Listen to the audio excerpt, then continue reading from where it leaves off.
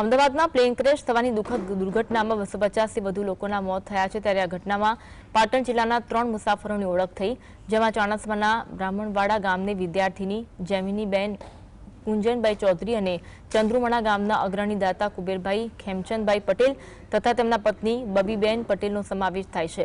આ ઘટનાને પગલે બ્રાહ્મણવાડા અને ચંદ્રમણા ગામના શોકનું મોજું ફરી વળ્યું। જીએસટીવીએ મૃતકોના મિત્ર વર્તુળ સાથે વાતચીત કરી, જેમાં તેમના પરિવાર અને ગ્રામજનોએ ઊંડા દુઃખની લાગણી વ્યક્ત કરી।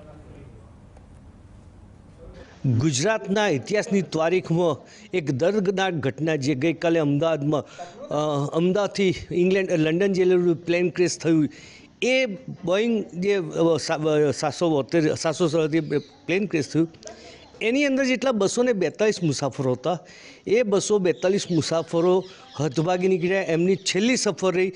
આમ તો એ 242માંથી ચંદ્રુમણા ગામના 2 કપલ, એક ધાર્મિક કપલ ત્યાં પ્રવાસ કે એમના દીકરાને મળવા જતું હતું, ત્યાં પણ એ ભોગ બન્યા છે। એમાં અમારા ગામના કમનસીબે અમારા ગામના શ્રી કુબેરભાઈ ખેમચંદાસ પટેલ અને એમના ધર્મપત્ની અશોક બબીબેન કુબેરભાઈ પટેલ, જેઓ લંડન જઈ રહ્યા હતા, એમના દીકરા આશીષ અને હરીશના ઘરે એ ગોજારા અકસ્માતમાં માર્યા ગયા।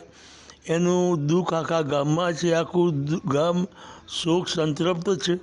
ગામમાં એક હડતાળ જેવી માહોલ સર્જાયો હતો। ગઈકાલે રાત્રે ગામે શોક સભા રાખી સ્વર્ગસ્થ કુબેરભાઈ અને સ્વર્ગસ્થ બબીબેનને શ્રદ્ધાંજલિ આપી હતી। તો કુબેરભાઈ વિશે તો કોઈ શબ્દો જ નથી મારી જોડે।